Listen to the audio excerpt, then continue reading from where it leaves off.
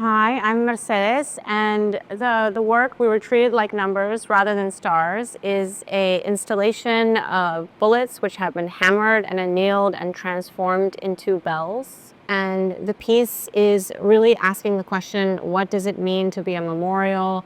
What are the ethics of the representation of memorials, and do I even want to make a memorial? And I think that inherent in the title itself is really questioning all of those things. The bullet casings I'm really thinking about as being very bi-gendered because they're both a bullet casing and a bell at the same time. And depending on how you experience them, they might feel like more of one versus the other, or even depending on who you are or how you experience the piece. So we begin by cutting off the tip of the bullet casing. We then put it into a very hot forge and heat it up, in which we're annealing the brass so that we're softening the actual interior skin of the metal. We quench it in water, and then we hammer it through a series of mandrels and cones that are slowly begin to taper the bullet casing into a bell-like shape.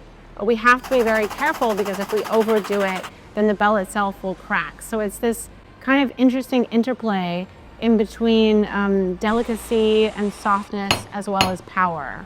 And then through these processes, after each hammering, we will then anneal the bullet casings one more time. And ultimately, each bullet casing which has been transformed into bell comes out in its own unique individual way.